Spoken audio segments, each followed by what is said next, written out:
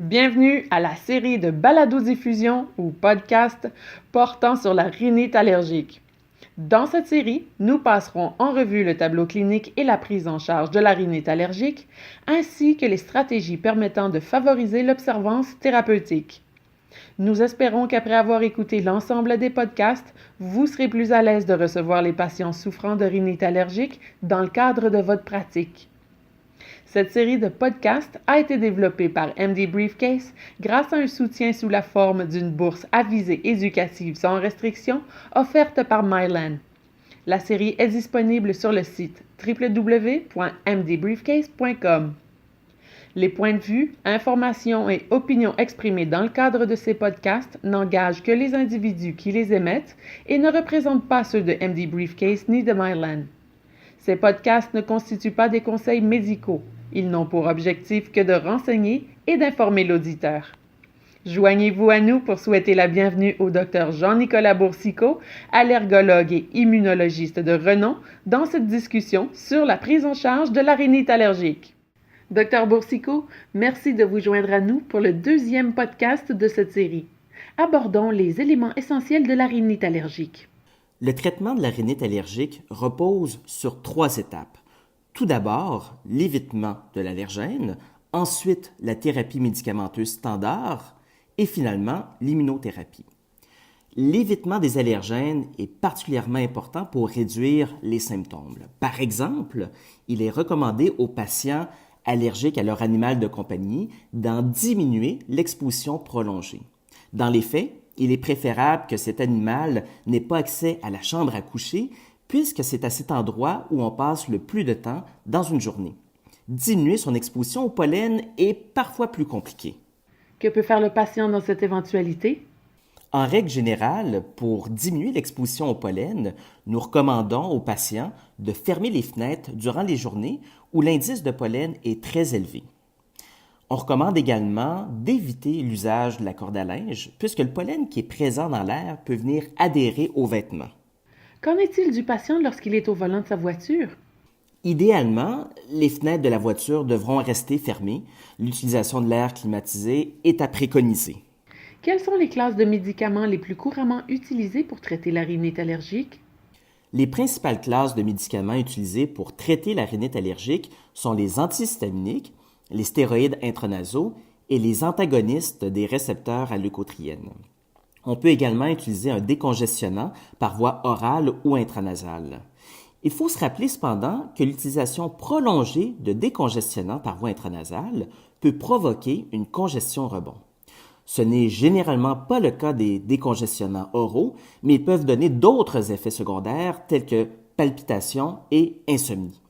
Habituellement, si les symptômes sont très légers ou intermittents, nous utilisons des antihistaminiques oraux pour traiter les symptômes. Si les symptômes persistent malgré l'utilisation d'antihistaminiques, nous recommandons un stéroïde intranasal. Dans quelles circonstances utilise-t-on les corticostéroïdes intranasaux? Les stéroïdes intranasaux constituent la pierre angulaire du traitement de la rhinite allergique. Ils sont beaucoup plus efficaces que les antihistaminiques oraux pour traiter la rhinite. Les stéroïdes intranasaux vont atteindre un bon niveau d'efficacité lorsqu'ils sont pris sur une base quotidienne pour au moins 2 à 3 semaines d'affilée. On peut ajouter en complément de thérapie des antihistaminiques oraux qui seront alors pris au besoin seulement. Les antihistaminiques peuvent également être donnés sous forme de gouttes ophtalmiques. Le kétotifène existe en solution ophtalmique, mais celui-ci doit être administré 4 fois par jour afin d'en tirer un éventuel bénéfice. Rappelons ici que la plupart des symptômes oculaires sont reliés aux symptômes nasaux. Ainsi, traiter le nez va aider également à libérer l'inflammation qui est présente au niveau des yeux. Les antagonistes des récepteurs à leucotriène peuvent être bénéfiques lorsqu'ajoutés à un stéroïde intranasal ou un antihistaminique, et ce, si les symptômes ne sont pas contrôlés. Dans quelle mesure les thérapies actuelles sont-elles efficaces pour maîtriser les symptômes de la rhinite allergique? Comme mentionné précédemment, le stéroïde intranasal est le traitement de choix pour traiter la rhinite. Il faut le prendre tous les jours pendant au moins quelques semaines afin d'en tirer le maximum de bénéfices. Les stéroïdes intranasaux sont pour la plupart administrés une seule fois par jour. Les effets secondaires sont minimes.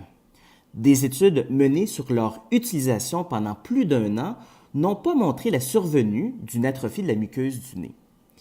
En ce qui a trait aux antihistaminiques, leur efficacité au long cours est moindre que les stéroïdes intranasaux.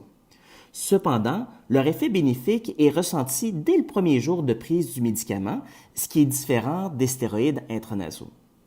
Au Canada, il est maintenant possible de prescrire un vaporisateur intranasal qui combine à la fois un stéroïde intranasal et un antihistaminique. Ce produit contient de l'azélastine et du propionate de fluticasone. Il est administré à raison d'une vaporisation par narine 2 fois par jour. Il est indiqué chez les patients de 12 ans et plus. Quels facteurs faut-il prendre en compte lorsqu'on utilise les corticostéroïdes intranasaux pour traiter la rhinite allergique? Pour les stéroïdes intranasaux, il est vraiment important d'en démontrer leur usage aux patients. L'embout du vaporisateur doit être placé dans le nez et être dirigé loin du septum nasal. Ainsi, on va diminuer le risque de saignement de nez. Une façon de prévenir la vaporisation du produit sur le septum est d'utiliser la main tenant le spray opposé à la narine. Donc, on tient le spray dans la main gauche pour vaporiser dans la narine droite et vice-versa. Puisque les stéroïdes intranasaux prennent quelque temps avant d'être pleinement efficaces, on recommande de débuter leur utilisation au moins 2 à 4 semaines avant le début de la saison de pollen à laquelle le patient est sensibilisé. Merci pour votre écoute. N'hésitez pas à vous rendre sur www.mdbriefcase.com pour écouter les autres épisodes podcast.